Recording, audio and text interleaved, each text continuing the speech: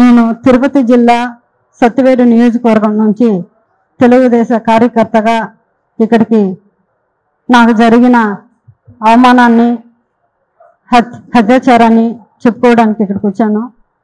సత్తివేడు నియోజకవర్గం కోనేటి ఆదిమూలం ఎమ్మెల్యే గారు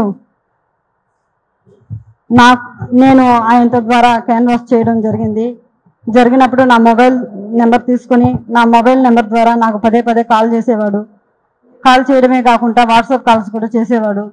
చేసిన తర్వాత నన్ను ఉన్నట్లుండి ఓ రోజు ఎమ్మెల్యే అయిన తర్వాత భీమాస్ ప్యారడైస్ తిరుపతికి రావాలని చెప్పి కోరగా నేను ఎమ్మెల్యే గారు ఏదో అర్జెంటుగా రమ్మంటా ఉన్నాడని చెప్పి నేను కార్ బుక్ చేసుకొని అక్కడికి వెళ్ళడం జరిగింది. రూమ్ నెంబర్ 109 జూలై 6వ తారీఖు రోజు నేను అక్కడికి వెళ్ళడం జరిగింది. అక్కడ ఎవరూ లేదు, ప్రశాంతంగా ఉన్నింది. ఎమ్మెల్యే గారు మాత్రమే రూమ్లో ఉన్నారు. నేను వెంటనే రూమ్లోకి వెళ్ళడం నా పైన బలాత్కారానికి పాల్పడిన తర్వాత నేను అతనికి లొంగిపోవడం జరిగిన తర్వాత ఈ విషయం ఎక్కడైనా బయట చెప్పామంటే నేను చంపేస్తాను, నీ కుటుంబాన్ని చంపేస్తాను అని చెప్పి బెదిరించడం జరిగింది. అందువల్ల నేను ఎవరికి చెప్పుకోకుండా నేను సైలెంట్గా ఉండిపోయాను. మళ్ళీ ఇంకొకసారి ఫోన్ చేసి నువ్వు కానీ రాలేదంటే నేను మళ్ళీ నీ కుటుంబాన్ని నీ భర్తని చంపేస్తానని చెప్పి నన్ను బెదిరించడం జరిగింది. బెదిరించడం ద్వారా నేను మళ్ళీ అక్కడికి భీమాస్ ప్యారడైస్కి వెళ్ళడం జరిగింది. వెళ్ళిన తర్వాత నేను పూర్తిగా ఆయన్ని అవాయిడ్ చేస్తూ వచ్చాను. నేను అవాయిడ్ చేశానని తెలుసుకున్న అతను నాకు పదే పదే సైకోలాగా నిమిషానికి ఒకసారి ఫోన్ చేయడం జరిగింది.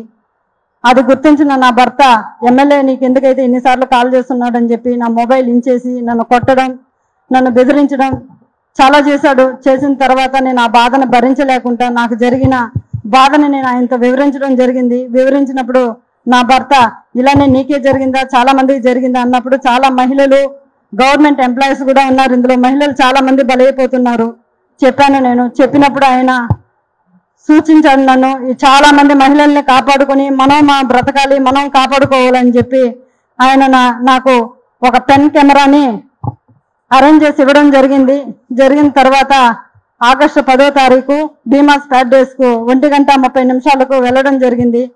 అక్కడ జరిగిన కామ క్రీడలను నేను రికార్డ్ చేసుకొని తీసుకొచ్చి నా భర్తకి ఇవ్వడం జరిగింది.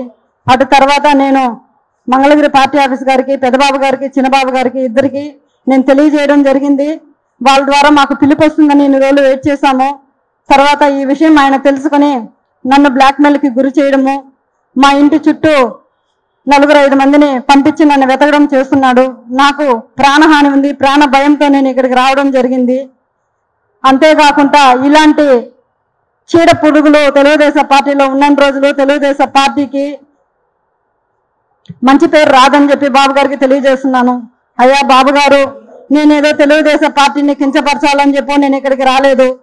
అతని వల్ల నాకు ప్రాణహాని ఉంది, నన్ను నేను కాపాడుకోవాలని చెప్పి నేను ఇక్కడికి రావడం జరిగింది. ఇతన్ని కానీ మీరు వెంటనే సస్పెండ్ కానీ చేయలేదంటే నాలాంటి అమ్మాయిలు చాలా మంది మహిళలు శీలాన్ని కోల్పోయి బయట రాలేకుండా కుంగిపోతా ఉన్నారు. మీరు అది గుర్తించి అతన్ని వెంటనే సస్పెండ్ చేయాలని నేను మీకు కోరుకుంటున్నాను. అంతేగాక మీరు కానీ సస్పెండ్ చేయలేదు, నేను, నా భర్త, నా పిల్లలు ఆత్మహత్య చేసుకొని చనిపోతాము మంగళగిరి పార్టీ ఆఫీస్ ఎదురుగా అని చెప్పి నేను మిమ్మల్ని కోరుకుంటున్నాను. శరణు మహాప్రభు చంద్రబాబు నాయుడు గారు, మాకు మీరే దిక్కు శరణు బాబు అని కోరుకుంటున్నాను. బాబు గారు ఎమ్మెల్యే గారిని ప్రకటించినప్పటి నుంచి నేను బాబు గారిని సీఎం కావాలని చెప్పి, ఆయన ప్రకటించిన ఆదిమూలం గారు ఎమ్మెల్యే కావాలని చెప్పి నేను ఆయనతో పాటు క్యాన్వాస్ చేయడం జరిగినప్పుడు నా మొబైల్ నెంబర్ అతని దగ్గర ఉండడం జరిగింది. ఆ మొబైల్ ద్వారా నన్ను ట్రాక్ చేసి నన్ను బ్లాక్మెయిల్ చేసి అతను లొంగ తీసుకోవడం జరిగిందండి. నువ్వు కానీ నా దగ్గరికి రాలేదంటే నీ హస్బెండ్, నీ పిల్లలు ఇద్దరిని నేను చంపేస్తానని చెప్పి నన్ను బ్లాక్మెయిల్ చేసేవాడండి. నీకు విలేజ్ పరంగా కానీ నీ మండల పరంగా కానీ ఎటువంటి లబ్ధులు కూడా నీకు చేరనివ్వనని చెప్పి నాకు బెదిరింపులు మొదలయ్యాయండి. నా పేరు బాబు, లక్ష్మి నా భార్య. గత 2 నెలలుగా ఈ ప్రవర్తన అలా రకంగా ఉండేది. కుటుంబంలో కొన్ని విషయాలు, ఒక భర్త కొన్ని విషయాలు తెలుస్తూ ఉంటాయి. దాన్ని పరిగణలోకి తీసుకొని ఒక ఎమ్మెల్యే అధికారి, ఈ సత్యవేడు నియోజకవర్గాన్ని ఎంతో మంది ప్రజాప్రతినిధులు ఉంటారు. ఆయనకు కొన్ని సమస్యలు ఉంటాయి. ప్రజల కోసం ఒక మంచిని చెయ్యాలనేదే ఒక ఎమ్మెల్యే ధర్మం. అంతేగాని ప్రజల ఉంటూ ప్రజల్లో తిరుగుతూ ఆడవాళ్ళపైన అత్యాచారాలు చేయటం ఇది మహానేరం. టీవీ సోదరులకి మిత్రులకి నేను చెప్పేది ఒకటి సమస్య. ఆడజాతికి అంతం ఎప్పుడో జరిగింది, పట్టిన మనకి అనుకుంటాం, చదువుకుంటా ఉంటాం. ఒక ఎమ్మెల్యేని ఇది మారింది. సాదాసాధారణ మనుషులు ఎట్లా ఉండాలని మీరు ఆలోచన చేయాలి. మనం చిన్నప్పుడు చదువుకున్న చదువులు ప్రజల చేత, ప్రజల కొరకు, ప్రజాస్వామ్యం ఇదిగోకుండా ప్రజాస్వామ్యంలో ఒక ఎమ్మెల్యే ప్రజలకు రక్షణ లేకుండా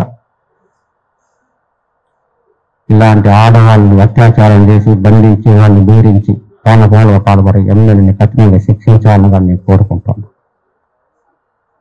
ముఖ్యంగా నేను చెప్పేది ఒకటే, లాస్ట్ విన్నపం. అయ్యా, నా సత్యముడు మీరు ప్రజలకు నేను చెప్పేది ఒకటే. నా ఇంట్లో ఒక ఫంక్షన్ ఉంది, నా కూతురు పెళ్లి ఉంది, మా అక్క శుభకార్యం ఉంది, నాకు కొడుకు పుట్టాడు, ఎమ్మెల్యే గారు మీరు రండి, ఇల్లు చేయండి అని ఆనందపడే భావం. నేటి ఆయుధం లాంటి వ్యక్తి పాలనాయుడు నీ ఇంట్లో ఇల్లు చేసి నీ భార్య మీద చెయ్యేస్తాడు, నీ పిల్లం మీద, నీ అమ్మ మీద కన్నేస్తాడు, నీ పుత్రుడి మీద చెయ్యేస్తాడు. ఇటువంటి పాలనాయుడిని అరికట్టాలని బాలుగారికి నిర్ణయం చేస్తుంది.